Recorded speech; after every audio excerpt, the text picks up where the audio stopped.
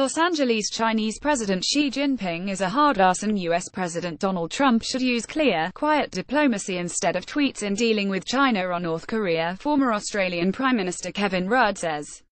Mr. Rudd, who has returned to the U.S. from a trip to China, said the Chinese baseline conclusion is Mr. Trump's threat of unilateral military action against North Korea was just one huge bluff. China, because of this view, will only do a few things to try and talk North Korea into coming around to a more reasonable posture, Mr. Rudd told CNN's Fareed Zakaria GPS on Sunday. "This guy is a serious hardhead," said Mr. Rudd, referring to Chinese President Xi. "He is a serious hard-ass. I mean, this guy has been around for a while, and if there is going to be a serious conversation here about the future of the Korean Peninsula, it has to be conducted in clear, bottom line, but quiet, terms between one administration and the other."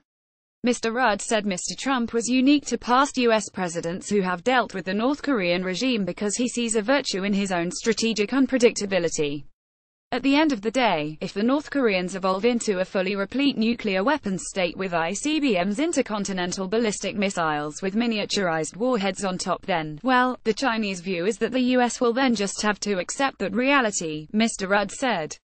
And what none of us know is whether President Trump will ultimately accept a position in history which says, "I'm the guy and it was on my watch that this state finally crossed the threshold of constituting a threat to the US mainland." Former Australian Prime Minister Kevin Rudd has warned US President Donald Trump to err away from Twitter diplomacy when dealing with China. Photo Sangilu. The comments came as top Trump administration officials sought to reassure Americans that the nation is not on the brink of nuclear war with North Korea, despite Mr. Trump's recent threats.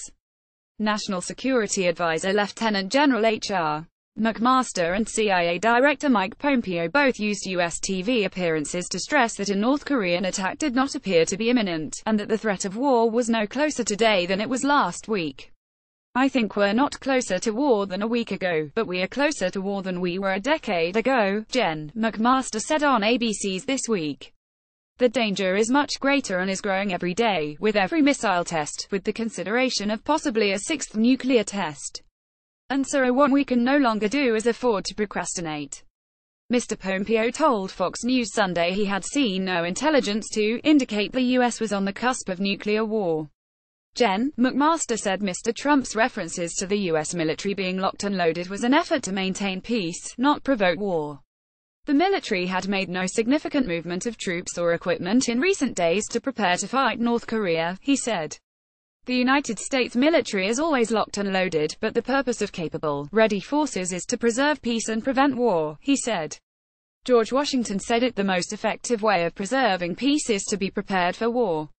The two officials spoke in the wake of North Korean leader Kim Jong-un's threat last week to send missiles into the waters off Guam, a United States territory in the South Pacific. Such a flight would pass over U.S. ally Japan and take just 14 minutes, giving the U.S. little time to respond. Mr. Pompeo later told CBS Face the Nation that it would not be surprising if North Korea sought to strengthen its nuclear arsenal and even test another missile.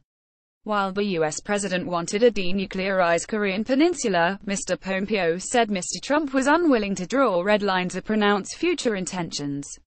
"This administration has done a fine job of not drawing red lines that we're not prepared to enforce," Mr. Pompeo said. On NBC's Meet the Press, Gen.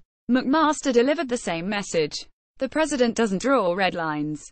What he does is he asks us to make sure that we have viable options for him, options that combine diplomatic, economic, and military capabilities," he said. "And so that's what we've done." AAP, McClatchy.